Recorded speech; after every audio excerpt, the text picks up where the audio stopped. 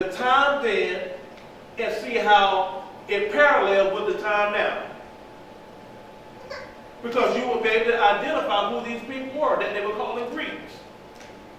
Are we not the same people? You know how I can tell you we're the same people. When you read in the New Testament, you're dealing with the Apostle Shaul and the Talmudians, how they're contending and going forth, back and forth with the people. Do we not argue and contend about the same thing to this very day? Sure do. We argue and contend about the same thing. The name, the Shabbat. I mean, all of these same arguments we have today. You know why you do that? Because you're the same people.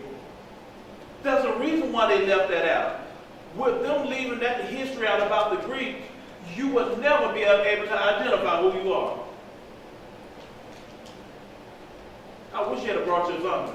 When you go read the Zondervan and you go look up that word Greece or Grecian, you know what it tells you? It should be distinguished between the Grecians and the Greeks. It tells you the Grecians were what? People of the diaspora. Israel, or Yashra'al, is the diaspora.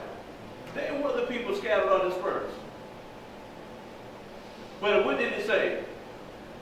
It said the Greeks, or the Indo-Europeans, went down into the land. They conquered the Grecians, and they became known as what? The Greeks. The Greeks.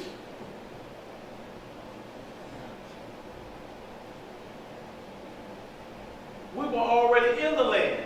This is why they took that out, because once you remove the history of the Greeks, y'all have to know, how in the world do you jump straight from the Medo-Persian, the Persian rule, all the way over to the Romans? And don't nothing, and then when the man said there's no difference between the Jew and the Greek, you know, you haven't even read any history of the Greeks in the 66, the books that make up the 66 canon. At what time did you read the history of the Greeks?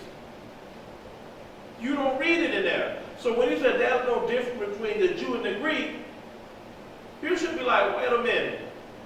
It would make more sense since they were in Rome and the Romans were ruling, that you would say there is no difference between the Jew and the Romans. If these so-called people were anything other than Israelites. You gonna say there was no difference between the Jew and the Greek, but when the Greek civilization didn't even exist anymore. You got the Romans ruling. So you have to see why they removed these things. When they removed that portion of the book, it kept us in a place where now these people, you can't identify and observe the time. Because if you can go back and observe and know that's Yashra'al and see everything that's taking place with them, when you look today, it's the exact same thing taking place again. He said, when you see Yahusha come past what? With armies, what y'all think to happen in that land? Matter of fact, let's go to Joel, the 3rd chapter right quick. We can get a little glimpse of it.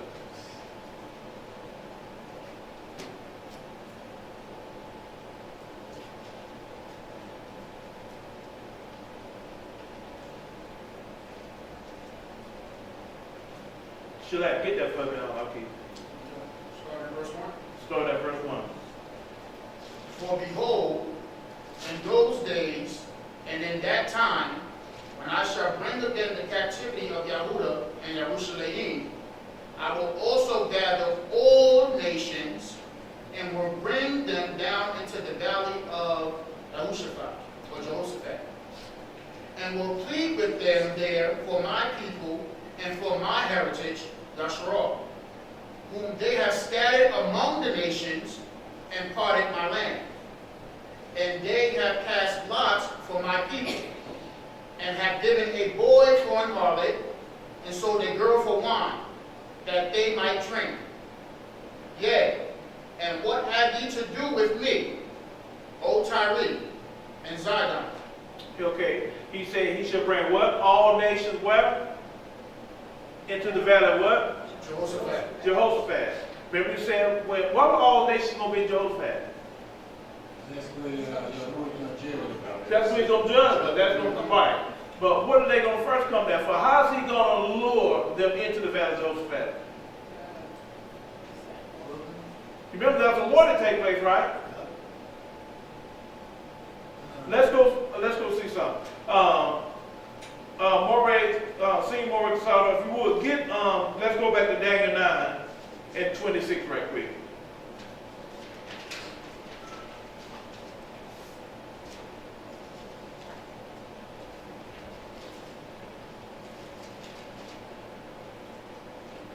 Remember, he said Mashiyach will be cut off, not for himself. The prince of the people shall come destroy the city. Go ahead, Mark. What verse you want again? 9:26. 26. And after 62 weeks shall Messianic be cut off, but not for himself. And the people of the prince that shall come shall destroy the city and the sanctuary, and the end thereof shall be with a flood. And unto the end of the war, desolations are determined. Stop right there. Flood, war. Somebody get Psalm 18 and 4 right quick. Psalm 18 and 4. Remember he said when you see Jerusalem encamped with armies.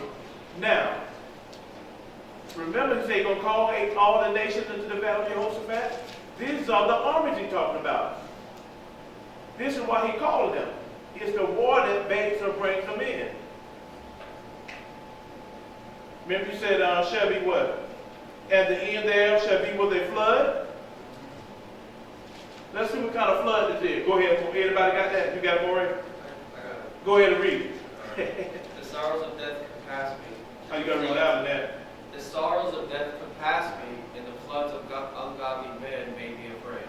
The floods of ungodly or unrighteous men. These are the armies, that's the flood. The armies that encamp what? That compass around Jerusalem. Shabbat shalom, everybody. Shabbat shalom. Shabbat shalom. Shabbat shalom.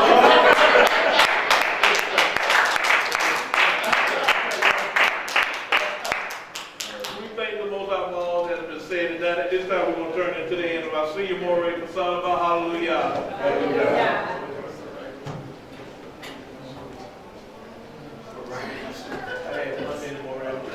Okay, all right. Everything's cool. Everything's cool. Great. Excellent. Let's give Moray a big round of applause.